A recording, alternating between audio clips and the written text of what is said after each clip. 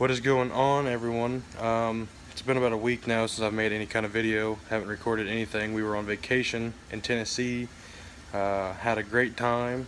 Had a bunch of good stuff that happened. Should have videotaped it, but I didn't. But there is one thing that happened to us: is we had a dude come out of his house with a shotgun because we was trying to turn around, but whatever. But I picked up some goodies here over the last couple weeks. And I will show you that in just 1 second. So I made a video just 10 minutes ago, didn't like it, so I redid it.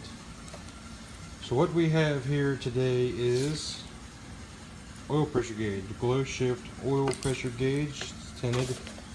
It's actually, obviously you can already see that it's tinted. It's the 7 color. I think this is the Pro series. Couldn't tell you. Don't really care what series it is. It works for me. What'll come with this oil pressure gauge, wiring harness. This all plugs in, by the way. This comes with your gauge. Obviously your gauge comes with the box. And then this, I just put this on here a second ago. Don't know if I'm going to put it on there. But what else I ordered was the sandwich adapter. Now this oil pressure sensor right here actually comes with that gauge. So you don't have to buy it separately, you don't have to do none of that, it'll come with the gauge. The only thing you have to buy separately is the oil sandwich, the oil filter sandwich, I'm sorry. And also, this comes with it too. It's a 13/16. Gonna drop it.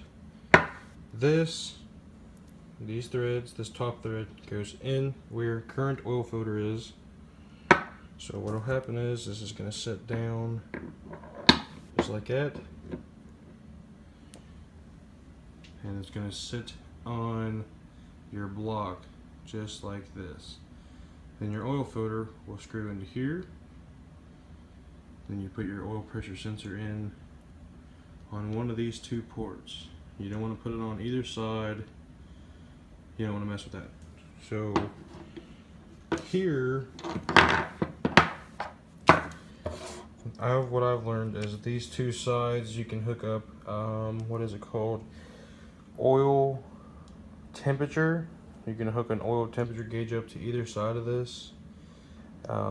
This is recommended for either side. I imagine you can hook these up, this oil pressure sensor up to either one of these.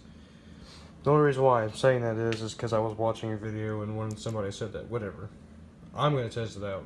Because if I put this sandwich on and I can't get to it, I'm going to put it on one of these sides. If I can't use either 2 of these bolts, I'm going to use one of these. I'm going to try it. I just screw these in here for the time being, just to check it out. These need to be Teflon taped. All of this, everything here, oil pressure sensor, this one, that one, this one, all needs to be Teflon taped.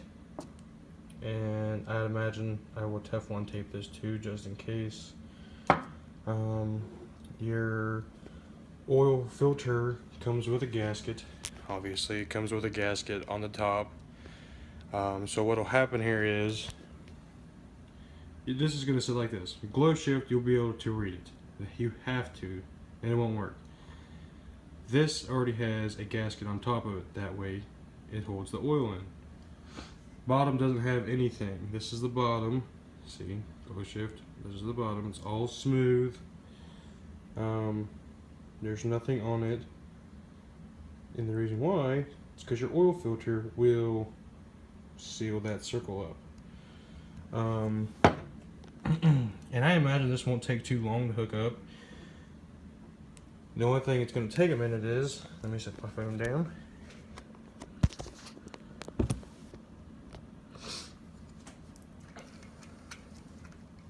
So what'll happen here is,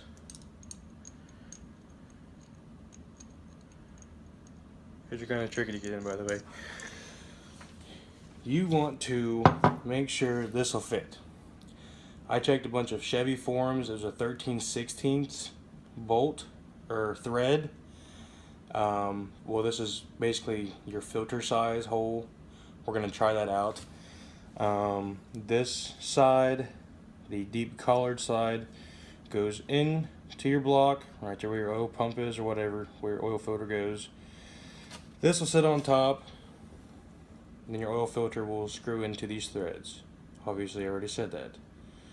And then I'm just checking these threads, just because it's painted, I guess. But I am going to test this to see if a 13/16 is right. Everybody else said that that's what the oil filter size is, 13/16. And if not, then I guess it's going to put me on hold to play with my radio. Then that means I'll have to ship this back to Glow Shift, get a different size. I'm hoping I do not have to do that because I really don't feel like doing that. It's just another headache. Obviously, you guys know how it goes when you're ordering stuff. But then, as you're putting this all together, you take your oil pressure sensor gauge or oil pressure sensor, hook it in, get this all up in there, and make sure this is not going to be touching your motor. I mean, it can be touching something, you just don't want it to get super freaking hot. And you also got to pay attention to your wires, where your wires are going to be going. You want to be cautious about that. But yeah, that's really about it. The only thing that's going to take the longest part is, for me anyway, is hooking up these wires. Now, where is it at? This, the ground, on here it shows you. Let me see if I get some light. Come on. You can kind of see the G on the left hand side. There you go. Right there. That's your ground. This is for your lights. This is for a light. Oil pressure light, I think. So we will see how that all goes. I actually have manuals this time to read. I hate reading manuals. I usually just do everything off by a limb and just wing it, you know. And just, I guess you can say we just send it. It's usually how I do everything. I did that with my my rock lights.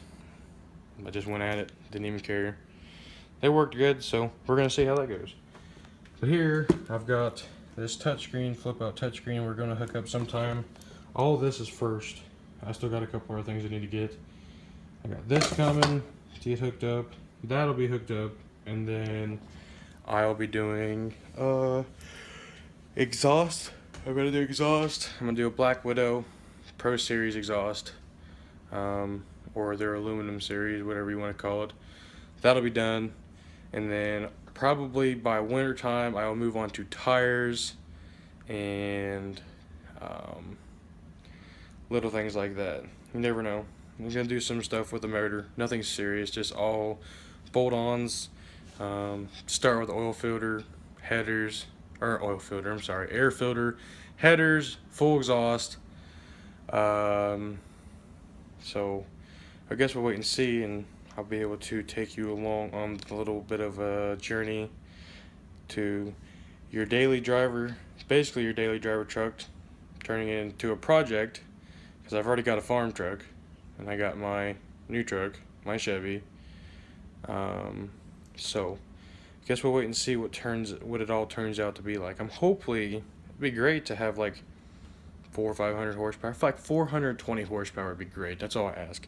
I just want to be able to break the back tires loose, because on these school buses you can't break the back tires loose unless you're sitting in a pile of gravel when you jump on the asphalt, or you're cranking it really hard and get the one wheel to spin. Other than that, I don't want that. I want posi. I want some power to break out from the rear end. I want to scream. So we'll see.